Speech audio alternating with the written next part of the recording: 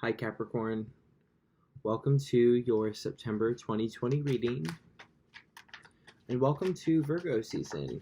As I'm filming this, the sun is moving into Virgo already. So crazy. Two of Swords, Two of Wands. Ooh, the split between wanting to be optimistic and also wanting to be still kind of stuck and unsure. Not wanting to be, but feeling whether you can help it or not. Ten of Swords, Temperance.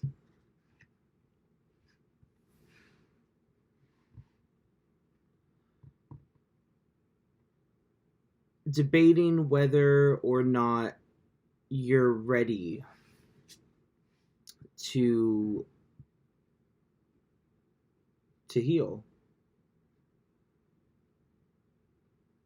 Whether or not you're ready to move past whatever it is that put the swords in your back. But the good news is that I really don't think you need to ask yourself anymore. I think that the sheer knowing that you are even vacillating between wanting to remain in this mentally stuck place and wanting to leave is enough to tell you that you're ready to leave. You know, the Ten of Swords can only become the Ten of Swords when it's reached this point. You know what I mean? Like you've gotten to this point. Do you see what I'm saying? Like, for you to be at the Ten of Swords, like, it is time for you to move. If you don't move, then this is going to turn into a situation where the universe makes you move. And before starting to film this, I had started shuffling my cards and it just didn't feel right, and the Tower popped out. So I feel like that's worth noting.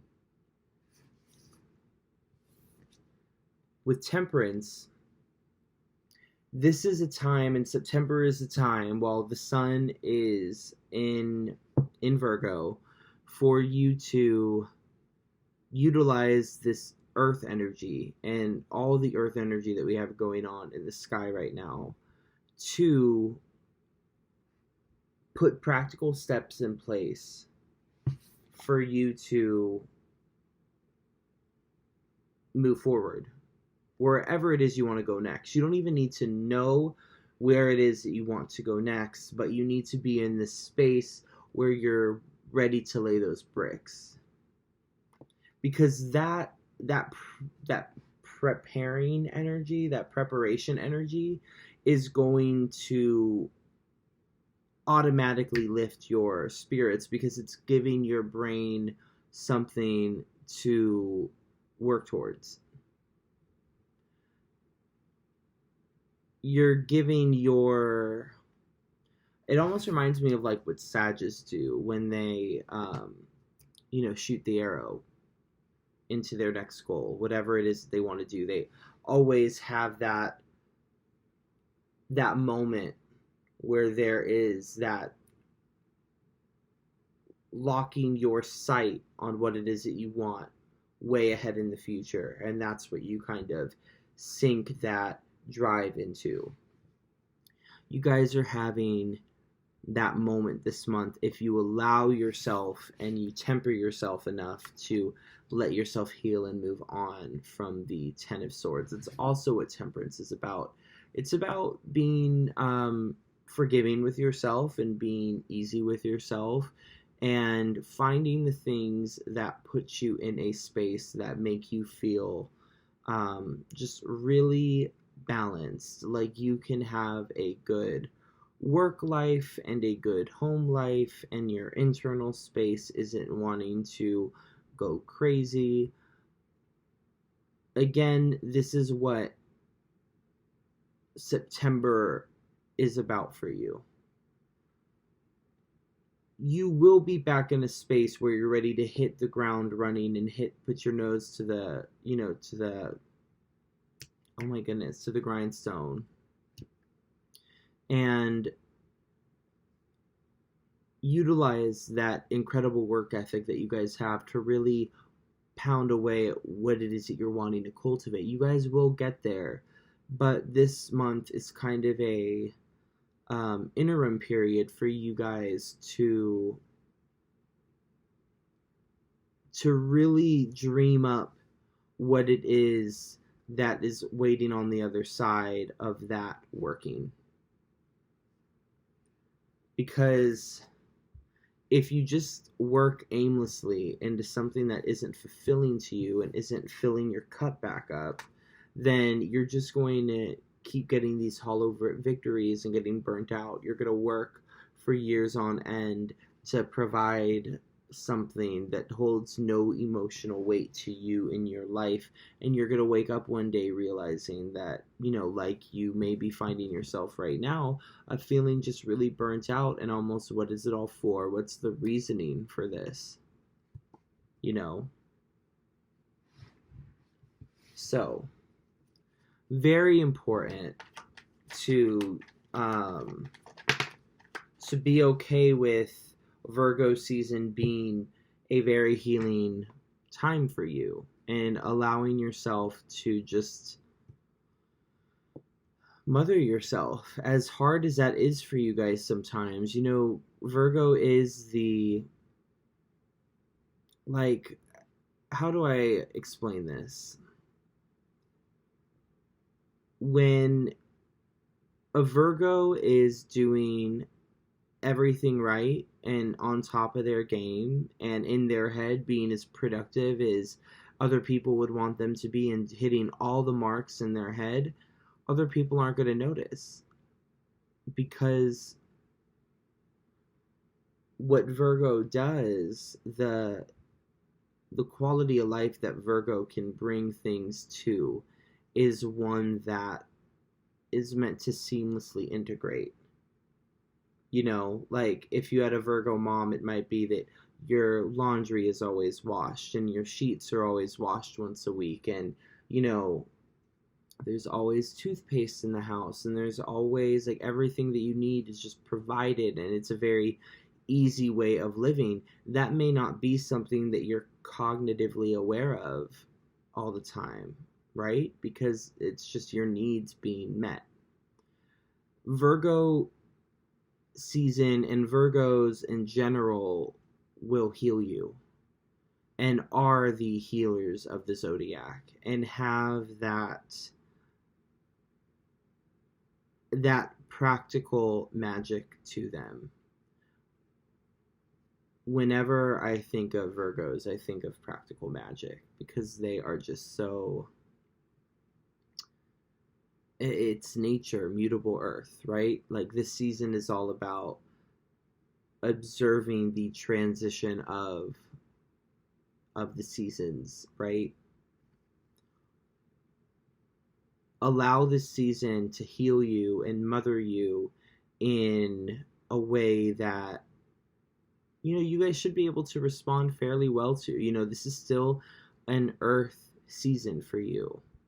This isn't like having Cancer season even you out. This is a season that will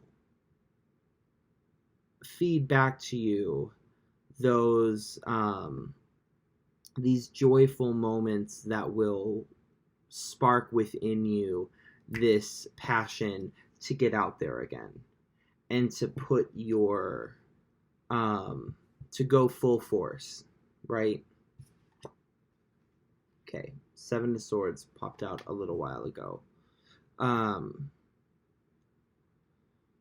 it will get you in the space of wanting to move full force again if you allow yourself to chill and heal during this season. If you don't, you're going to take from yourself. If you rid yourself of the opportunity to let this ending happen, and to allow your mind to find a new goal or reimagine a goal that just wasn't vibing the same way. Either way, there's some sort of realignment when it comes to what your effort and your sights are on. You know, cardinal signs, I'm a Cancer moon, so I feel this. Cardinal signs, I feel like we can get so fixated on, you know, we're here and where we want to get to is here. And once we decide that this is where we want to go, it can become very hard for us to see anything other than that. So eventually, when we're working towards this thing, right?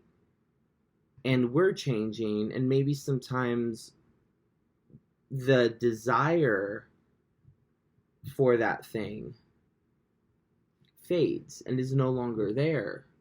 Instead of continuing to push forward with the mentality of, well, no, this is what I've decided, just take a break and allow your mind, allow your eye to wander to what it is that you want now. And then you'll be able to put that effort in again, right? But it's important as you move forward into whatever this next venture is, that you always hold with you this Two of Wands energy of being open, right? The Two of Wands to me implies like there is a planning element to this card. There is a work in progress to this like element to this card, right? Like he looks like he's expecting something, but he's also open to whatever plan is in motion shifting, right? Like there's an element of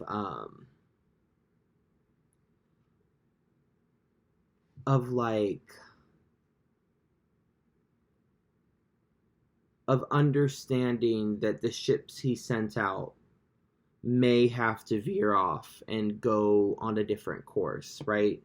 Like there's an element of unknown here.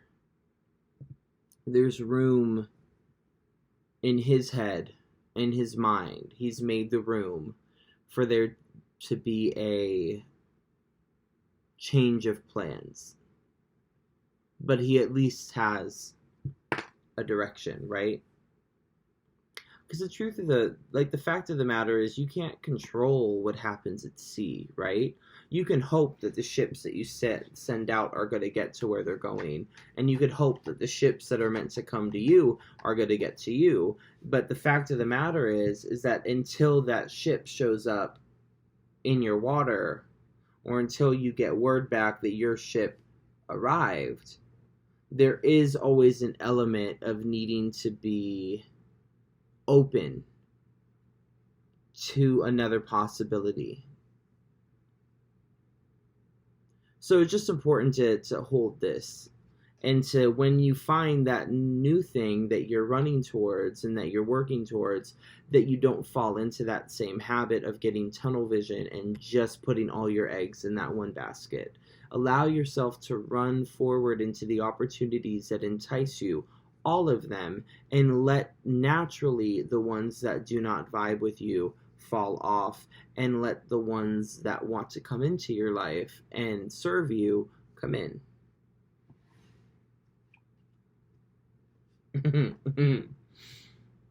Knight of Cups and Queen of Cups. Let the love come to you and be receptive to it. It's just funny when the cards do it, right? Let the and if I said love, right? I think I said love, but it doesn't have to be love. This is, what's in that cup is just a symbol for your manifestation, right? Something that you care about. Water is emotion. It's what you put feeling into, right? So you'll find yourself over the course of September as you're healing and in this space of indulging and working at the things that you feel are calling you to work, but also having that balance, right? And not having tunnel vision. You'll find yourself being more open, and in turn, the opportunities are going to show up to you in a way where you're wanting to offer your cup to certain situations. You'll find that there are more situations in your life that are in alignment with where it is that you're wanting to go. And so it becomes very easy for you to want to offer your cup and want to avail opportunities to you, even if they don't necessarily, even if they at one time maybe didn't necessarily, you didn't think that that's something you would ever do because it didn't look like, for example, if it's like a side hustle, it doesn't look like something that you would have ever seen yourself doing apart from like your traditional 9 to 5, right? But because you've allowed yourself to be open to things coming in via multiple channels, you can avail that opportunity and still have it fulfill you without it even necessarily needing to become your full-time gig. It can just live its life and serve its purpose, and you can have that good boundary with it and feel in a very balanced, empowered space. Not feel like you guys are having to overrun your wheels where you don't want to because all your eggs have to be in one basket. It's good to diversify. It's good to bring balance to, it's good to feel at home in whatever it is that you're working on, Cancer's your opposite. And even though you guys like to work and may not necessarily find this Queen of Cups energy natural to you, it's important to find this Queen of Cups energy within your work. It will lighten you in ways that will only make you more productive. It's going to serve as a benefit to you. Because what happens when you put your eggs all in one basket and you limit yourself is you put yourself in a position to where you don't like the choices that you've been given. And so then it becomes a very dreadful, painful experience, and isn't one that is lighthearted, becomes like, your life can become very not